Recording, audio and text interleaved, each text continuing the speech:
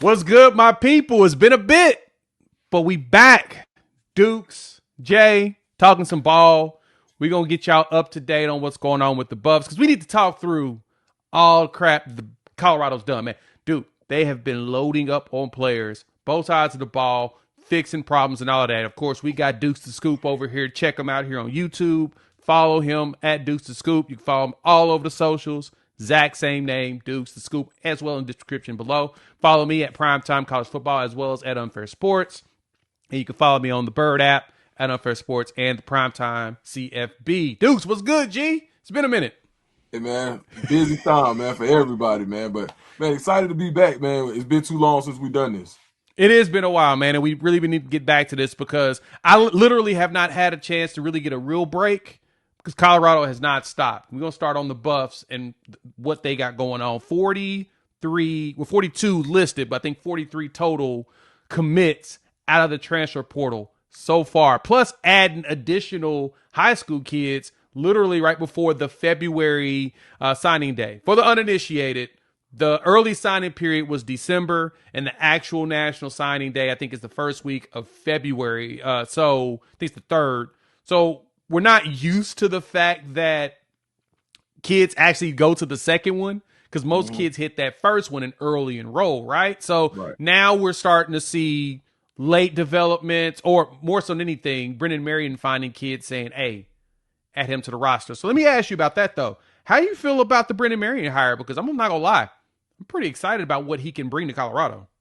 Man, I love it. I think one of the most exciting things about Brendan Marion is how many times you see an offense that he actually crafted in other people's playbooks. We've seen it in the NFL playoffs. We saw it in the NCAA playoffs. The alignments that create mismatches on the outside, I think, they're phenomenal. And for him to be able to get his flowers indirectly by seeing his product on different stages in the biggest of games, I think is something that you can't understate an innovator. And I think that him being so innovative, it only lends to him being an adjuster. And I think that's the most important part of offense. Is everybody has a plan until you get punched in the mouth. In the mouth. Right? Mike Shout out Tyson. to Mike Tyson. Right. So being able to adjust, and who can adjust better than someone who innovates? And I think that's what's the important part of the go-go offense. Is when you saw him have the issue a couple years ago where you get the transfer quarterback at UNLV and he sits out because he was allegedly promised $100K or something like that, and then you bring in the quarterback from Campbell and you don't miss a beat, actually maybe get a little bit better, and they're two totally different types of quarterbacks. That lets you know that he has the ability to adjust in his offense. I think it was a great hire. We're not even talking about the fact that Sacramento State, the way they recruited as the highest rated FCS school, they were ranked higher than, I believe, about 50 or 40 or 50 schools on the FBS level in the 24/7 sports rankings. So all of these things are a part of the reason why I think Brendan Marion was a home run hire. He's going to be the CEO of his room. And he's going to be the CEO of that side of the ball. And I think that's what Coach Prime needed, is somebody that could take over and relate in a way with the youth that maybe previously you may not have had that same connectability. And I think he has it, or connectivity is a better word. So, yeah, man, I'm 1,000% behind that hire. Yeah, I think it was a home run hire as well. And like you said, you need to have a CEO to run that side and not have to worry about it. I mean, I think he felt like he had that with Pat Shurmur initially. That's his dude. So it made sense for him to go with someone with a lot of experience and someone he has a lot of experience with. And then they gave Rob Livingston that defense. That 9-4 season, Rob Livingston was killing it on defense. Prime, all he had to do was be the quote-unquote puppet master and just manage things as a CEO. But last season, failure on both sides. It's just the struggle was bad. Even with the players that were brought in, it just didn't work out. But now, Brendan Marion, as you mentioned, one thing about him, I've heard the pushback from some Buffs fans on the social medias, but I think they're starting to be won over, is that Brendan ain't been nowhere for very long. right? He typically moves around without the mindset and thinking of he's just getting these jobs and advancing himself and advancing his skills. But now getting that Sacramento State head coaching job, man, it made me feel like I think he's grown in a way that I think he's going to end up setting roots in one spot for a while. He wants to be a head coach. Yeah. Point blank, period. He's Yep. going to be a head coach. This is a route for him to become a head coach. Whether he becomes that head coach at Colorado or not remains to be seen. But he's now a P4 offensive coordinator, which he hadn't been yet. So, and calling it, it's his. The go-go, right? He can do that at Colorado, or he could choose not to. But I believe there are contingencies in place. You look at a guy who's well-versed in the go-go, who I believe now the quarterback's coach from Sacramento State, if I'm not mistaken, is now the offensive coordinator at Southern University under Marshall Faulk. You guys, maybe check me on that one. Just watch and see how some of these networks play together. So I think there's going to be some contingencies, but I do believe that Colorado will be running a go-go for a long time, whether it's Marion or not. That's just me putting my 2 cents in it. No, that makes sense. If you can show success on the field, that's all that matters. If this team gets back to 9 wins, you got your quarterback of the future. Julian Lewis has shown you he's got the abilities, and the way Marion's offense goes with the context at the go-go, with the way it moves, there's a ways that this can, like I said, overall just blow up. The biggest question has been defense. We'll talk about defense in another video, though. But offensive side, man, they've been picking up a lot of players. They've literally refreshed dang near the entire roster. So I guess for me, let's start off. Who was the pickup you feel like was the biggest one that came through? What in the last few days? Probably Hughley. I would say Bo Hughley probably. It's a the big offensive lineman from Georgia. Yeah, correct. Yep. He started some games for Georgia last year. They didn't want him to leave, so I think that was a big get for them. Came down to Kentucky, had a really had a really good opportunity at Kentucky as well before deciding on Colorado. This is one of those small deposit things. They recruited Bo at Jackson State when he was coming out. They recruited him at Colorado when they got to Colorado. So he was a guy that they continued to recruit. Yeah. When I say continue to recruit, they recruited him where they were when he was able to be recruited. And then once he got into the transfer portal, they continued that recruitment and where it felt natural and they were able to come out on top. But this is a guy who could play guard, who could play right tackle. He played some left tackle at Georgia. In high school, he protected Aaron Nolan, who was a left-handed quarterback, so had a lot of that blind side protection. When you think of what it takes to have the mentality to be a left tackle. Very familiar with Julian Lewis. He was also a member of the Atlanta Ducks program, so their families know each other really well. So I thought that was a big pickup. I thought he was going to Kentucky. As a matter of fact, he told me he was going to Kentucky at one point. Oh, wow. Yeah. When Colorado got into it, he called me that Sunday. He was like, what you think? I said, shoot, man, if you like it, I love it. And so that may have been a little bit of cheating because I had more insight into that development, but I thought it was big because a lot of people where we're from did not think he was going to pick Colorado. So the fact that he did, I thought that was a huge pickup. And another guy I want to add to is going to be Richard Young from Alabama. Yeah, man. His name is a running back, dog. I remember him as a recruit. I was like, yeah, he sounds like a running back. Richard Young. Number 1 overall in ESPN when he came out of high school. Yes. I think he's definitely a guy who still has traits. He started the Florida State game last year, which a lot of people are forgetting. Even though there was an injury to Jam Miller, for him to win out that role to be the second running back at Bama. And you see all of the running backs that they have. A lot of people are saying, well, he doesn't have it anymore and he didn't play at Bama. Bro, just because he didn't play in that running back room where you have 5 stars, I mean, it's 5-star after 5-star after high-rated 4-star after 5-star, and Yeah. in that Bama running back room. So just because he didn't find his niche there doesn't mean that he's not a talented back.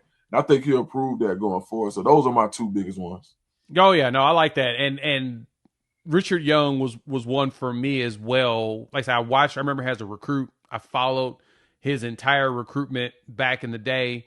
I remember looking at the film of him, like, all right, this Florida running back, man. Like you said, number one on ESPN at running back in his day. He was a top 10 overall, fourth on the composite and consensus at his position. And I was like, man, he reminds me of a back. Strong, hit the hole and go. He did have some fumbling problems there at Alabama, but I think that's something that's easily overcome, right? That's something that can be taught. You can teach a player to keep the ball up top, tuck hard, and hold it. And as long as you're in the right strength program, in which, don't get it twisted. Colorado strength program has put some, dudes in the NFL. They look pretty good and strong, right? And you've seen Jordan Seaton's, even though he's gone now, you've seen his development. That doesn't come just via osmosis. Not only his work ethic, but the staff pouring into him and the way he poured into all these other players. He saw some big stuff. For me, man, I love the wide receiver pickups, like all three of them, from DeAndre Moore to Danny, what's that, Scudero? Yeah, and then Ernest Campbell, which I like Ernest because he comes from the go-go offense. He understands it. He's going to just add another dynamic to what's already being done. But track star. Yes. I love track athletes. Give me guys that like to run, guys that are very competitive at running, because that means they're usually going to make that extra step. They're gonna try their hardest to outrun everybody on the field. And they're not going to stop. They usually give that additional effort because it's natural. The only way you're going to win a race is you got to put the extra effort at the end. The funniest you thing, can't stop. And it's the most simple thing ever, but people say this: fast people run. Yes, there you go. And that's exactly what it is with that one. But I think one underrated pickup that could help pay dividends long term, honestly, is that Isaac Wilson pickup. Little brother Zach Wilson from in the NFL that was drafted from BYU top 3 pick to the Jets or whatever. They haven't worked out for him in the NFL, unfortunately, but the game's the game.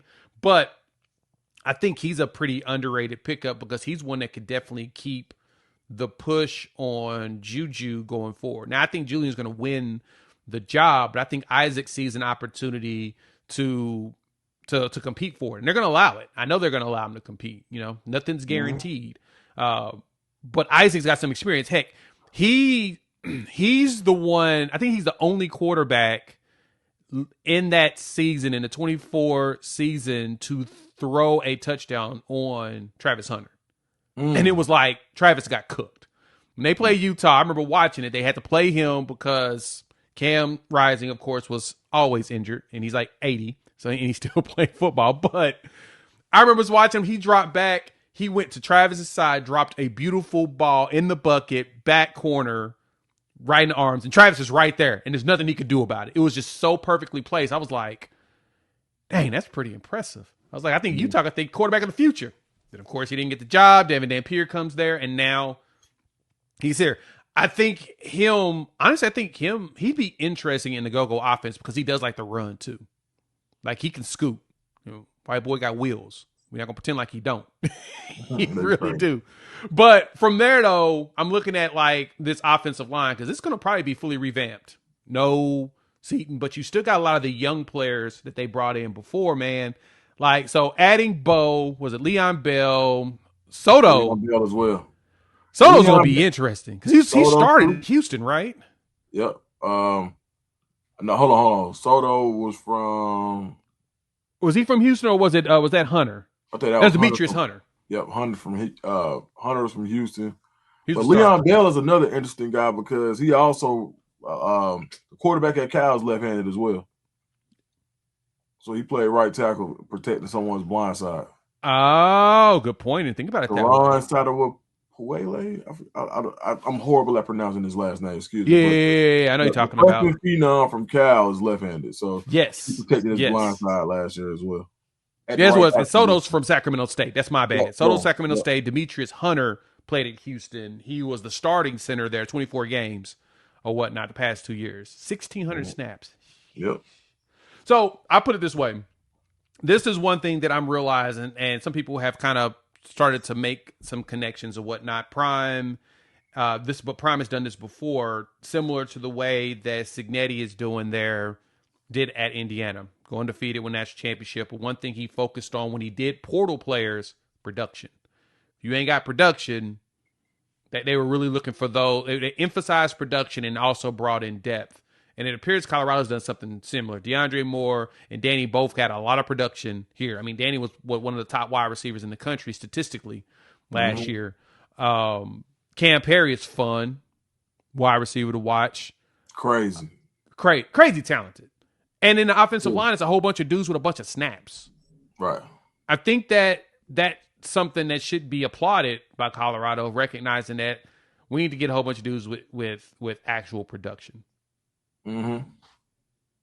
I think when you production and character. Yeah, those are the two things. I think, man, the diversity means a lot.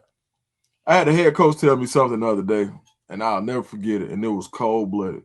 He said, in order to win, you need two things, character and characters.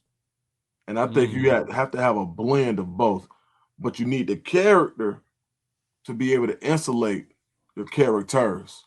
So it's not the fact that you can't have maybe eccentric personalities. You actually need those. Sometimes you need a guy that you got to pull to the side and say, hey, bro, you on your last shot. Or someone who, you need a couple of those guys on the team that as Coach Prime says, keep you on your knees in prayer. You need a couple of those guys. But if the majority of the team is pretty well grounded, and they set the culture as a hard working culture of guys who, this is what I love about some of these pickups. I had a kid that I mentor go from an FCS school to a P4 school, and he said, man, I can't wait to get out here because a lot of these guys are spoiled. Ooh. And from someone who is saying, they don't appreciate everything that they have. And you got to think about the whole 5-star and 4-star recruiting process, where we're basically telling you that you're worth all of this money before you've even played a down of football, and look at it versus guys who had to actually get it out of the mud. I love the blend of players that they brought in, because you've got some guys with the pedigree like a Richard Young, but he's got a chip on his shoulder because he hasn't played. You get the guys who maybe weren't as highly recruited like a Danny Scudero, who led the country in receiving yards last year. You get the Cam Perrys of the world who didn't get his opportunity like he would have liked to in the Big Ten. Then he goes to Miami, Ohio, pops his flavor, and now he's ready to do it on a larger scale. Bo Hughley, a little bit of both, highly recruited, but didn't get. He felt like he should have played more. He felt like he should have played more at Georgia, even though he started some games. He still felt like I should have started more. These are guys that you're bringing in who have a common goal of, I want to prove it, not just to me, but I want to prove it to you too. And I think that's really important. Super hungry. They're going to be aggressive about getting that playing time. Yeah, no, I'm seeing that exact same thing, man. I'm seeing a lot of kids that are serious about wanting to take people's jobs, and they know the opportunity's there. So offensively, I think the pickups were right in line with what's needed. They probably could use a couple more linemen. I anticipate that's going to still happen. There's still a whole bunch of kids in the portal that are looking for homes, and you're going to start seeing a combination of hometown discounts coming through. People are going to be taking this discount so they can get on a roster, or a combination of a artificial spring portal, as some of these kids may sit and not hit the portal not sign with the school until closer to the summertime, because they can sign anytime. They don't have to be in school this semester. As long as they can get in, they can go chill, maybe take some class at the community college to keep the grades good, and see about making a roster in the summer. So when the admissions drop again, or open up again in May, it's going to be another mini portal of guys who are still in the portal, and everybody's going to go reevaluate of who's still left. I think what is it? It's over 1,000 kids. It's like 1,500 kids still left. It's crazy. Something like, there's a lot of dudes. Yeah, Like the portal was massive this year. It was the biggest one, but of course that was expected because they cut out the spring portal. But like I said, this artificial one or synthetic portal in the spring that's going to show up, you're going to see a whole bunch of players signing around that time, and it's going to be interesting. People going to be like, wait, how's he in the portal? He been in the portal. They never had a home. Now they got to reevaluate because twofold. One, injuries will happen. And then outside of injuries, sometimes you're going to find dudes and be like, yep, we need to get an additional one because we kept a roster spot there just in case we need some extra players. So, all right, let's talk about the big pickups by the Buffs on the defensive side of the ball. We got Dukes over there at Dukes the Scoop. Your boy Jay here, Primetime College Football. We got a lot to talk about, Dukes. The defensive side of the ball, like on the offense, basically Colorado just putting together a whole new team. Now, we have questions to if this can be successful. Coach Prime continues this experiment, but I really like the players that they've grabbed. And I mentioned before, we've been hearing people talk about Prime doing the quote-unquote Signetti formula. I'm not sure truly what that is as of yet, because if we're being honest here, what Sig did was bringing so many players with him, but he did add players with production. And on the defensive side, man, Colorado's done that, man. What do you like? What have you liked from the pool that Colorado's done in the portal on the defensive side so far? I think they got a lot twitchier on the defensive line. There were some guys who had some twitch last year, like London Mayer had some sudden change, some twitch to him, but they replaced him with some guys who have that as well. So I think that's where you kind of saw Colorado's defensive line last year not have that same athleticism that they had in years prior, or the year like when you think about losing a guy like BJ Green who didn't have the measurables, the 6'6" or the 6'5". You know, he was a shade over 6'1", maybe 6'2" on a great day.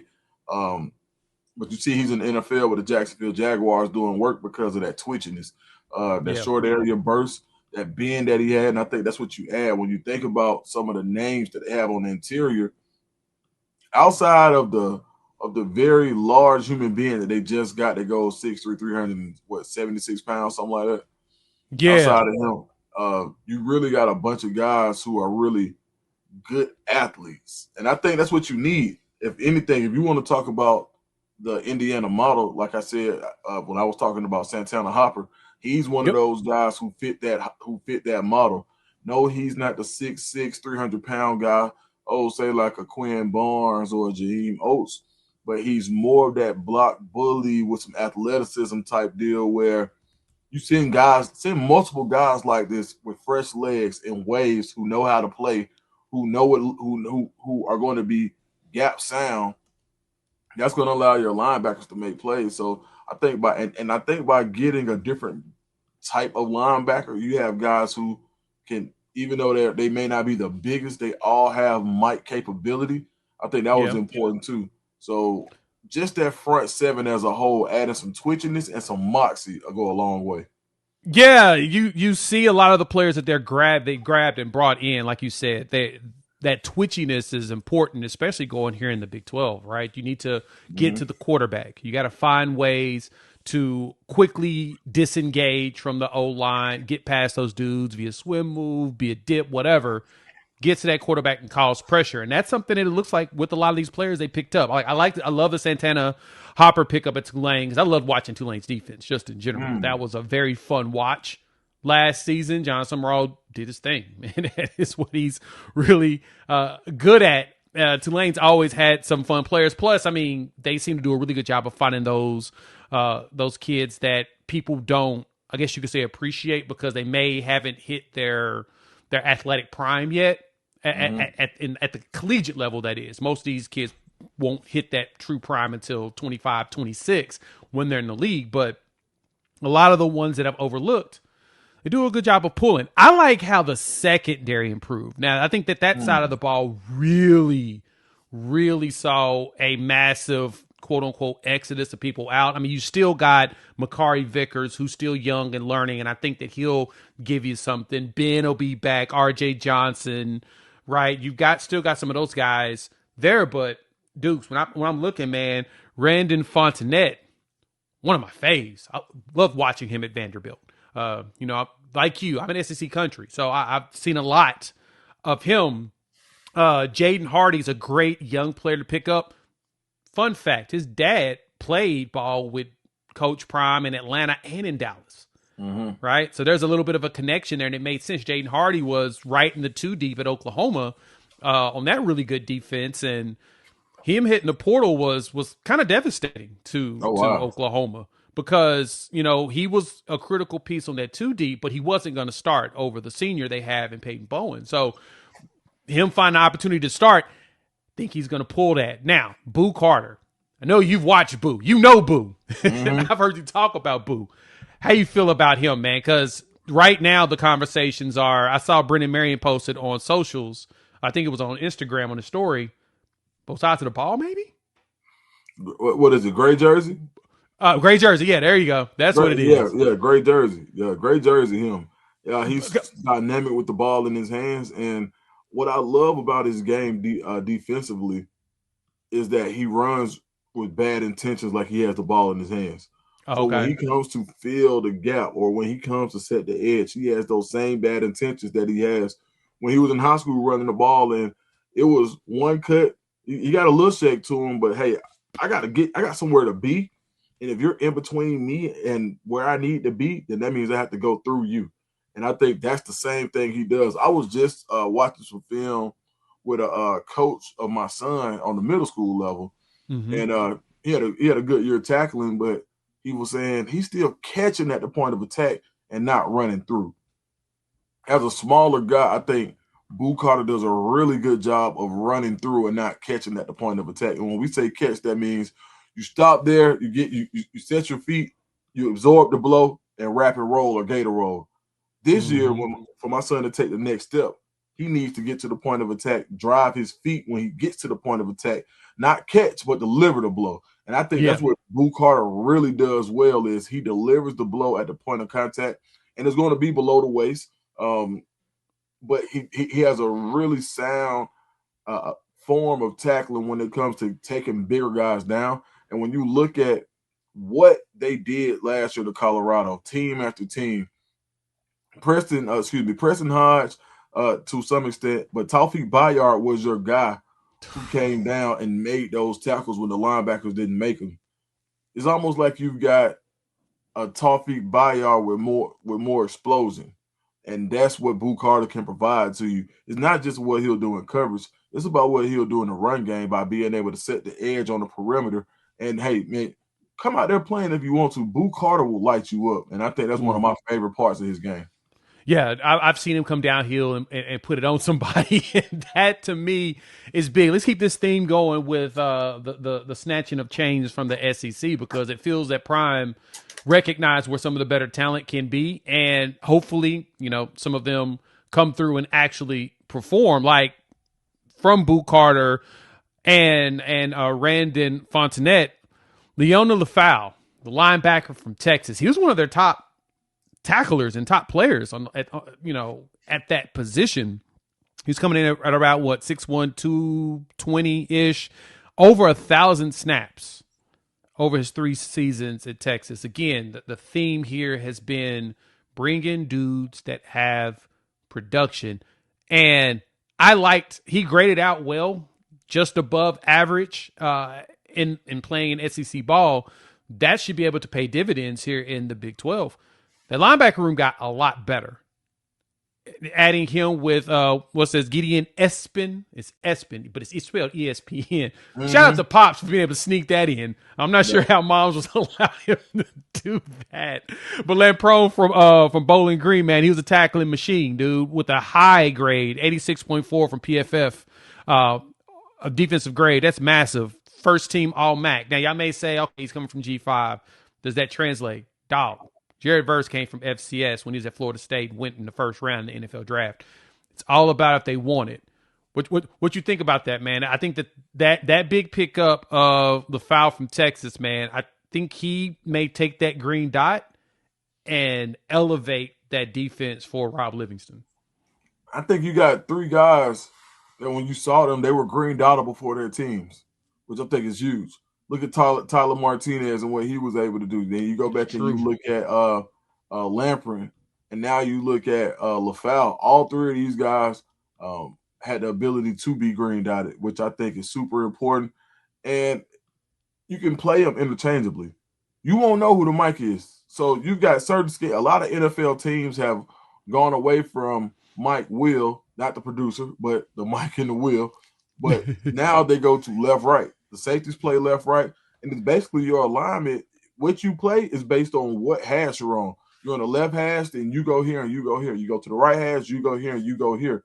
Your alignment is based on position of the field, but you have to have interchangeable guys. The Philadelphia Eagles run this scheme. Yeah. Same thing I think that Colorado's going to be able to do this year. And where it helps you is it takes one read away. It takes one key away. You're unable to ID the mic in certain positions because you don't know who the mic is. And now you have to really go back and take that extra second or that extra moment, which can be critical when trying to get your line calls and say, man, where's the mic? Is he the mic? Is he the mic? Mm-hmm. Oh, okay. By having guys who can do both. So when you do green dotted guy, yes, you'll know, what's going on and who has the microphone, but you don't necessarily have to call the, you don't have to be the green. You don't have to call the defense from a certain position. Right. And I think that's what makes it important to have these guys who are interchangeable, having guys who are have similar stature, but guys who are all three tackling machines. And then when you look at the freshman, the Carter Crawford, he shot up the rankings. Like as far as people, when they continue to see him, it's like, hey, buddy, pretty nice. I look for, and Rodney Colton, who's a guy who's been the man in this area for a long time at linebacker. We've had some good linebackers, but when you think about Georgia, there's been a lot of skill positions, been a lot of safeties, a lot of secondary guys. You've even seen some linemen kind of take over, but that linebacker position outside of the high-end guys, that four-star linebacker has left a little bit to be desired, and he's one of those guys that came and kind of solidified that on a national scale. So Rodney Colton is a guy I'm also who's had that adult body for a long time, and he's still developing. So he's going to be ready to smack something. If I would say anybody could be a traditional mic, it would be Colton. So who stretches you out like when you look at his size versus, when you see he's probably going to be one of the taller guys in the room as well. So I think Rodney Colton, I think he's about 6'1", a legit 6'1", closer to 6'2". I think the three that we brought in are in that 6 feet to 6'1" range. So you got a lot to be excited about, right? A lot to be excited about when it comes to the linebacker room, but I'm especially excited for Liona Lefau. Yeah, Lefau is the one that I'll keep emphasizing, man. Watching him play, he was all over the place on a consistent basis. And the good thing, even with a shining star like a Colin Simmons and a Trey Moore that Texas had there in the not only edge but linebacker or the jack bandit, whatever they want to call it, shining with those dudes is tough. Anthony Hill, who's considered one of the best linebackers in the country, he's right there next to him, and he was out there holding his own. And whenever the opportunities of people going away from Anthony Hill, Lefau was taking advantage of that. That was something that you noticed on the tape. He's right there. And so it made it difficult where that defense was really good in that front seven. That was a strong front seven that Texas had. And Colorado snatching him up to be able to leverage him here in the Big 12, man. There's a lot of opportunity for, as these players are coming in, for Colorado to for real make waves this season. It's just, I think the crazy thing is you got it's a lot of players. There's a lot of change, a lot of turnover, 20-something players on defense. But it was needed. Because last year, man, the ability to not stop a nosebleed in the run game was bad. You both talked about it. It's like, we don't know what happened.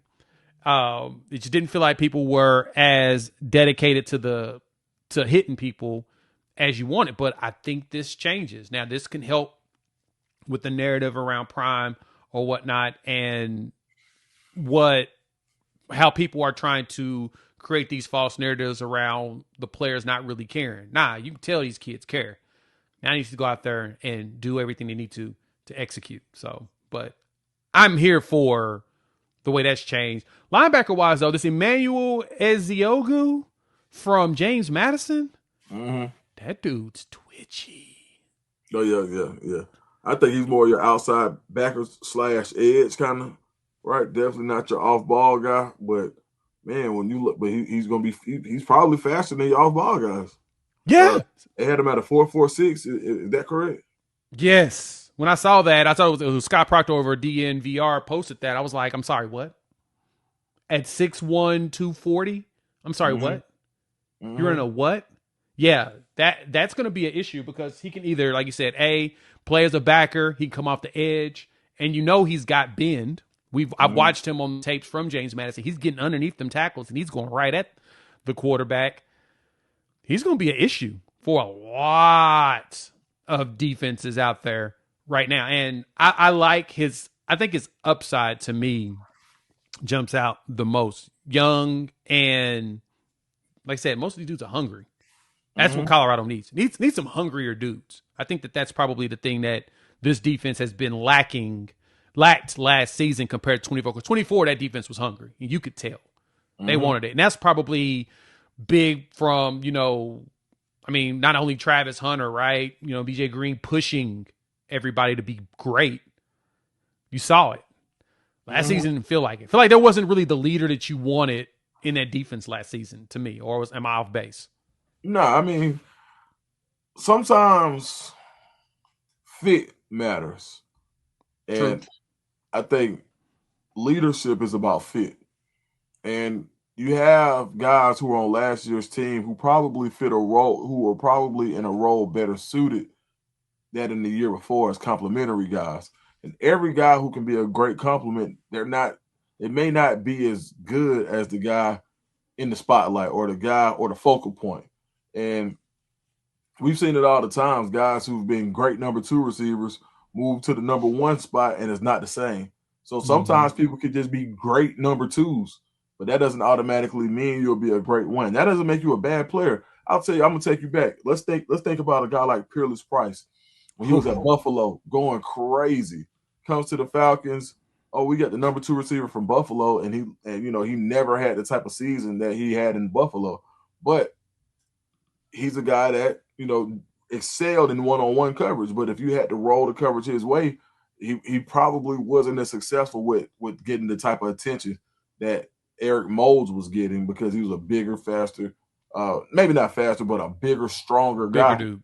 right? Yeah. More of a catch radius. So every time, all things aren't created equal based on the fit that you have inside of that defense. And I think that's kind of what happened to some of the guys last year who were there and were productive the year before. And we always say, okay, well, if he had 5 sacks last year, he ought to have 7 with an additional year. But no, some of those sacks were due to having a BJ Green who was commanding this type of attention, who's an NFL guy who's prepared for that, right? And so I think that has a lot to do. Having a block bully who can eat up blocks, right, and allow you to get free. Having the secondary, having the Shiloh Sanders in the secondary who hits like a third linebacker, so it allows you to take more chances up front because I know that I may not have to be as gap sound because I know Shiloh will clean it up if I miss. I can take this chance. And those are the type of things that make great defenses. Understand that who's behind you, who's with you, building that rapport and having that trust factor. And I don't think that ever kind of came to the forefront last year. No, it didn't. Now, that was what you were missing was, like I said, the trust factor. Do I trust that you're going to be there where I need you to be in order to, close this out or make sure that, that's one thing I noticed with some teams in their defense. And I think that's one thing I observed even with Miami as well as like with Indiana and watching some of the teams in the playoffs. It was, you could tell those defenses knew that, okay, if I do my job and it doesn't work, somebody's behind me to help clean up with that. You saw a lot of gang tackling, dudes together. You saw dudes in the right spots. It's hard to do when you don't have players that are dedicated to the grind and dedicated to, the play call and the coaching. That's the questions I have coming in this season with these new players and that schedule. It's not going to be the schedule's not going to be very forgiving to this squad. So I think that's where we should definitely transition. Thank y'all for pulling up. Hit the like button on both channels over at Dukes to Scoop. Hit the like button and subscribe button over at the Primetime College Football. Me and Dukes here talking to you all, updating y'all on the Buffs, man. It's been a bit, and we're so glad to be back to chop it up with everybody. Dukes, let's dive into this next, man. The schedule dropped today. Actually, while we were recording the initial portion of this, Colorado's 2026 schedule is out. Where they're going to go, who they're going to play, and when. I'm going to post this up here on the screen. Let's talk through this, man. I'm taking a look at this here. Colorado appears to be starting the season on the road 3 of their first 4 games against. First, you got Georgia Tech, of course, the home and home series from last season with them. Then you travel to Northwestern, which is your non-con. That one, Northwestern, new coach. They got some new players. They've been picking up some dudes. And then Baylor, DJ Lagway, Draylon Miller. Another one similar to when you saw Dylan Edwards at Kansas State. Another one. Then you mix it up with a couple with 2 home games and a bye week in the middle. Then it's every other game. It's home away, which is always more ideal. But man, playing 3, 4, 5, 6 road games, man, that's a lot. And I think that's probably one of the most in the conference, man. What are you looking at this? What are you thinking about this? You got playing 6. I think getting it out the way could be good, right? So in your first, your first 7, you've got 4 and 3, which ain't horrible. But on the back end, you've got 3 and 2. So there's some trade off there. And but if you break it down to 6 and 6, you play 3 and 3 on both halves of your schedule. So there's not an extended streak that some I've seen with some of these college football teams. But you get into some sweet spots like that from 10-3, the month of October. You got 3 home games. Now, you are playing Texas Tech, who's going to be the presumed favorite in the Big 12 once again, based on what they've done in the transfer portal once again. But, when I look at the schedule in totality, if you set the tone by taking care of Georgia Tech and Northwestern in that first 3, if you could go into Baylor 3-0, I think the momentum carries you there. I don't want to get too far ahead of myself, but yeah, I see a lot of winnable games here, and I'm not ready to do a schedule prediction. I want to see how this team gels and see what else happens and see how everybody looks in the spring. But this is a Big 12 schedule, and when Colorado moved to the Big 12, this is the reason they wanted they wanted a schedule like this. They wanted the strength of schedule to be this strong. They wanted the competition level to be here. They wanted some cannibalism. They wanted this. And Colorado now is faced with it, and I think they'll be fine, especially with the way I've seen this roster constructed. Yeah, no, I agree with you there. That this is what they want. It's, to me, just being on the road 4 first games is just, especially with a new squad that you're trying to get to jail. Now, this could bring them together. This could be one of, because there's a lot of adversity when you travel to these stadiums. We're not going to pretend like playing at Georgia Tech, at Bobby Dodd is just so, it's going to be easy to be able to walk up in there and do. No, Georgia Tech's been balling, and Brent Key has been killing it as coach there. Now, granted, Buster Faulkner ain't there no more. He done lost his OC. There's a lot of starting over, a lot of changes that's going to happen there for them. And then, of course, like I said, Northwestern got themselves a new coach. That one I feel a little bit more potentially confident for Colorado to be able to pull something, go up to the Big 10, pull out a dub early in the year. But when you get into conference play, Baylor, Aranda's on that hot seat. I don't care what nobody say. He brought him back one more year. He on the hot seat. This is his make or break year. You bring in Lagway from Florida, who was a top 10 recruit, especially top 5 quarterback in his class, and that class ended up not being as great. But there's a chance Colorado could pull up to Waco and take some people out. Yeah, I agree. And they have a chance. They have a chance. Now, Aranda's a really good defensive coach, but they hadn't played very well the last couple of years, right? Like they've definitely been under the expectations there. But I do agree with you, though, not getting them out the way and then being able to have, I think, to these 2 home games, quote unquote, back to back, Tech, bye week, Utah, that does feel beneficial for Colorado. Mm-hmm. Yeah, I think, it is what it is when you get to a certain level. You're going to see I think this year you're going to see more a little like the one big difference I do see is you're going to get less of that ball control attack early. You're going to get more passing attack. Baylor likes to throw the ball around. So last year it was Georgia Tech, and then you follow that up with Houston, and you get TCU, and early on you were just getting pounded on the ground. So right now, after Georgia Tech, they probably won't run it as much as they've done in the past with Buster Faulkner moving on to Florida. But when you look at the way Baylor and Texas Tech like to throw the ball around, those are going to be games that kind of play in your favor as far as getting after the quarterback. And we saw last year when you played Iowa State, that was kind of where you saw Colorado say, all right, this is more of our type of ball game where we can just pin our ears back and go get after the quarterback. And I think that's where Rob Livingston lives in the passing game. Yeah. So I do see some benefit to Oklahoma State. They're going to throw the ball. That's all they're going to do is throw the ball. I mean, that's all Eric Morris do, man. That's all they're going to do. Colin Klein at Kansas State, they're going to run it, but they're going to throw it a lot too. So, yeah, I just think this is a schedule that sets you up for success, but it's only going to set. Last year's schedule was set up for success. It was. It's all about what you put on the field, so we can opine and just, hey, if this, and we're going to be doing this for probably another 8 months until it's time to lace them up in September. But I do feel like when I'm looking at the teams here, Texas Tech stands out as probably your toughest game, but it's hard to say because last year, how many people counted Houston as a win going into the season for Colorado? The majority, So you just and just the same way that people are going to see that black and gold Buffalo and say that's a win for us this season, and it's Colorado's job to make that untrue. Exactly. And on Northwestern, so Braun's been there for a bit, but they did just hire Chip Kelly. That's what I meant as far as new coach. They're adding a new OC. Georgia Tech's got a new OC.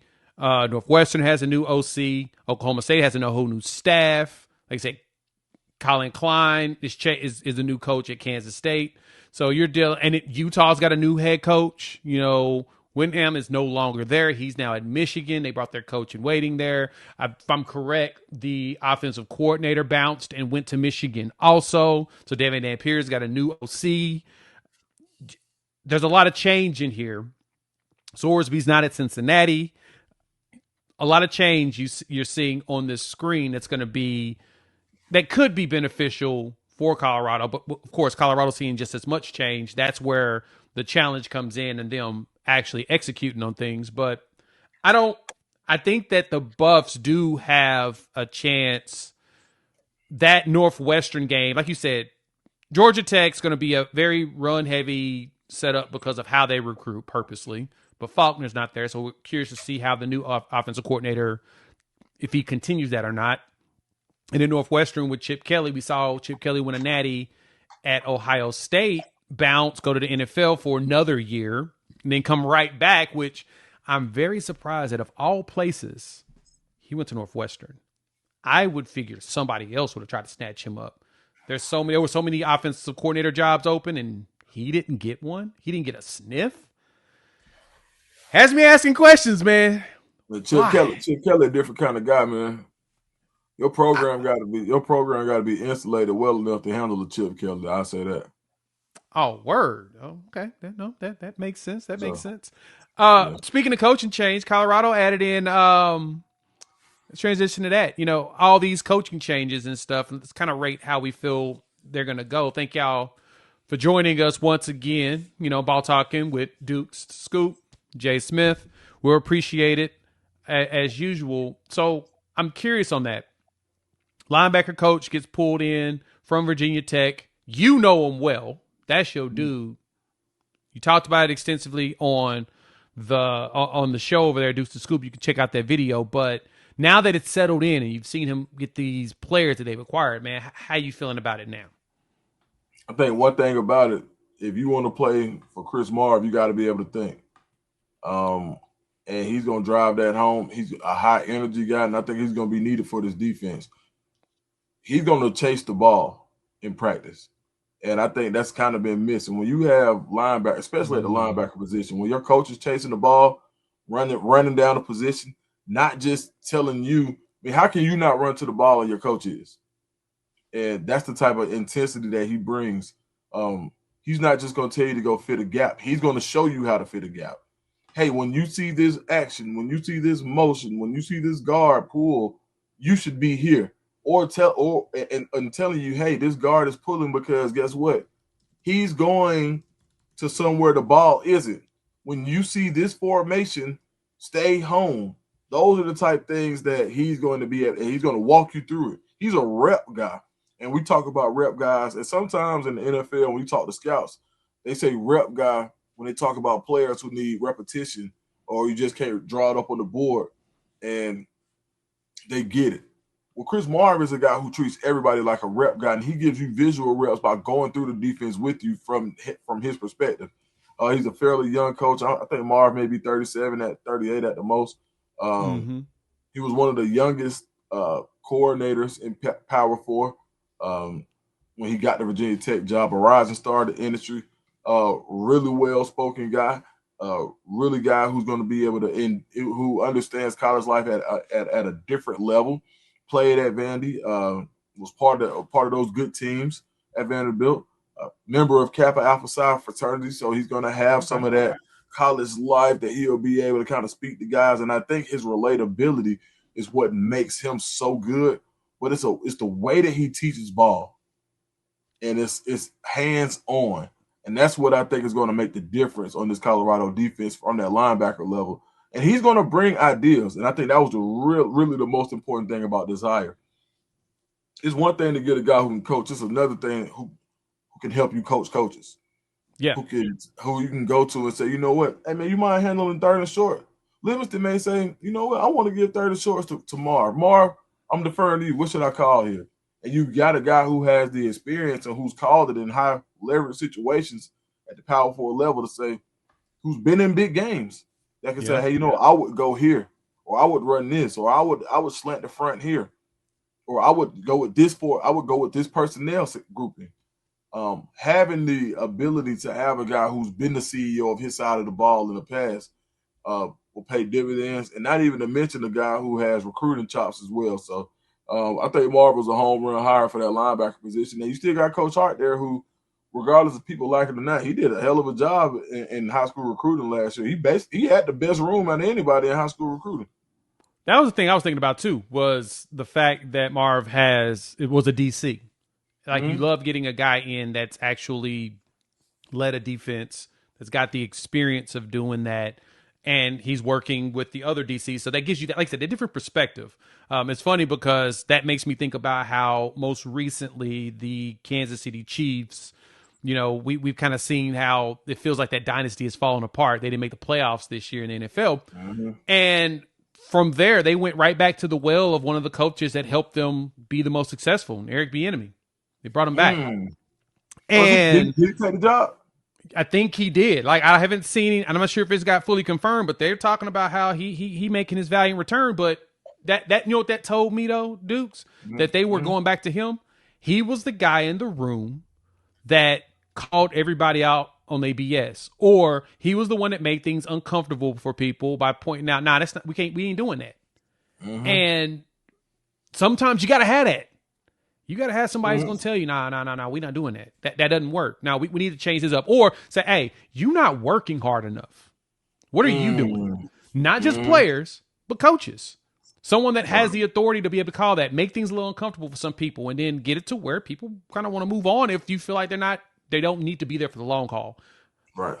Marv can work closely with Livingston, and they can start doing that. Now, I mean, there's a lot of coaching changes and adjustments that have been made by the Buffs. You've seen new coaches in positions, corners, all of that. We got to do a video and kind of go through each one of those coaches here in the near future once, you know, everything is truly finalized. But that's something you got to have. You got to have that person that even will challenge the head coach, and the head coach be cool with that. I think that was what Prime really had with like Shermer, you know, Zimmer, having them come through and be like, yeah, no, you don't need to do that. You need to look at it this way. Or not say that, or even not even say don't do that, but like, hey, have you thought about it this way? Give you something, have that different perspective and mindset, or just a different set of eyes, and be able to, let's tweak that. I think that would be a good idea. I like that about having a former position coach on a former coordinator on staff like that. Absolutely. I think, just to reiterate, having another CEO in the building, I Yeah. think that really, really helps when it comes to accountability, and also having a guy that can bring ideas. So when things aren't going well, you've got somebody to say, I saw something, and as long as the synergy is there, it's going to be a benefit. Yeah, you need that. You need somebody to be able to hold that. Now, has the Buffs announced the tight end coach yet, or is this still something that's floating around? I think they did announce Niblett. Yeah, I don't recall seeing anything come out, but there's a possibility. I know I've seen a bunch of posts about it, and I thought that was a really, really, really, really, really underrated hire. And I say that with the many reallys because of his ties in Alabama and Georgia, his connections as a coach. I mean, he considered one of the tops, right? He killed it over there in Hoover, Alabama. Hell, remember the TV show about Hoover? Killed it there. Did good in Georgia. Was that Gainesville? He was over there cooking the Red Elephants, killing it. And then he steps down and takes a college job and ends up at Colorado, man. I think that's underrated. I think that was a very underrated hire because that truly can change a lot when it comes to hitting the ground on the high school side. Because I know that was the new AD. AD Lovo was mentioning that one of his main objectives is really heavily fostering relationships with the Colorado head coaches in the high school ranks. That hasn't been, it's no shade to my people out there in the actual state. It's not the most fertile grounds in recruiting. It isn't. But when those big talents do come through there, which most states aren't very fertile, but when you have top talent there, you got to get them to come stay in state. You got to find ways to keep them at home. Question is how? Fostering those high school relationships. And I think that's where Niblett comes in to help with not only what they're doing there in the state, but also in SEC country. Yeah, when you think about a guy like Niblett who's attending all of these coaching symposiums and he's going to these coaching, he was at the coaching camp that Coach Prime hosted last year. His conversation is going to be different because he's going to be able to say, you can do what I did, or here's how to do what I did. So his conversation is going to be different. He's going to be welcome with open arms at whatever school he goes to, especially in Georgia and Alabama, because you take the rivalry out of it, and now he just becomes, I'm a high school coach. That's a fraternity all in itself, because he was already looked upon as one of the, he was one of the highest paid coaches in the state with one of the few schools that had college amenities at Gainesville. So guys want, you look at, so for example, his reach goes so far as you look at all the talent that's come out of Hoover. He goes to Gainesville with all the talent that's been at Gainesville. When you look at, I think, one of the top linebackers in the country last year. Yep. And then his replacement at Gainesville, where he's going to go back, and nobody was upset because he left to go to a college job, was the head coach from Grayson, who had Tyler Atkinson, who defeated Julian Lewis and Carrollton in last year's state championship game. Now, Santavius Bryant is now the coach at Gainesville. So he's going to have an end there. And guess what? That end goes back to Grayson because his successor at Gainesville was the former coach at Grayson. And Niblett cool as a fan. They people love Niblett. Like, go look at his team demographic. Yeah. A lot of them kids moved to Gainesville. And so for those people who don't know, that's not near the city of Atlanta. That's like an hour away. And their kids who played on that team, who parents were willing to move way far out to get into that school zone to go play at Gainesville. And I think that says a lot about the way that he led that program. Yeah, that's the effect of not only winning, but having a coach that people want to follow. Can't beat that. That's somebody huge. Somebody asked me about what I thought about Josh Niblett, and I was like, man, he reminded me of like a football Joel Osteen. like he's gonna be able to put butts in the seats, cool. Joel Osteen, man, you watch Joel Osteen, man, he gonna start you out with that joke, and he gonna, people may say he's a prosperity preacher or whatever, but man, one thing about it, Joel Osteen knows how to bring people into the house of the Lord. And I think the same thing with Coach Niblett. He knows how to get people to come to where he is. He's done it at every school he's been at, and I don't expect any change at the University of Colorado. At all. So for the Buffs, now it's going to be building these classes in the future. I mean, I know you have a front office staff. I know you got a staff that can be able to do that, but now you have somebody that can kind of help with the guidance of navigating the coaching circles better. Like it never hurts to have someone that can help you get that next connection, that next level of relationship. And that's going to be critical in order for Colorado to be successful long term. I mean, I understand people see what Indiana did and feels like, you know, as we've talked about, like, oh, okay, just go live in the portal like that. No, you got to remember, most of those kids were all JMU kids that were developed. They went in and they got players based upon how they needed to piece personalities and particular types to go there.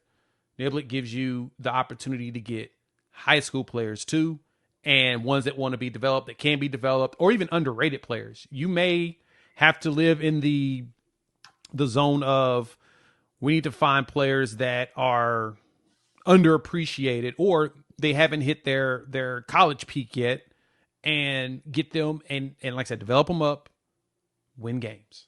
You can do that. It's not the easiest, but it can be done. I mean, and then also, what does he do for your evaluation department? There you go. This class of 27 in the state of Georgia, he played in the highest classification over the past few years. He's going to know the majority of these kids in the state of Georgia, especially when they're coming out of 7A football or 6A football now. Right. He's going to play against them, or he scouted them, because when you go to the playoffs, you scout everybody. And he's going to have an idea. He knows the coaches. I mean, I think that was a home run hire for sure, and he's going to help in a multitude of ways. Yeah, I think Darden Box is going to be able to leverage him in building that going forward. So as long as they take advantage and do this right, Colorado got a chance to not only bounce back, but build something sustainable for the future. So good stuff, man. Hey, we've been chopping it up for a bit. We thank y'all for pulling up and joining us for some ball talk. Follow Deuce the Scoop at Deuce the Scoop on YouTube, as well as all the socials. You know exactly where to find them at.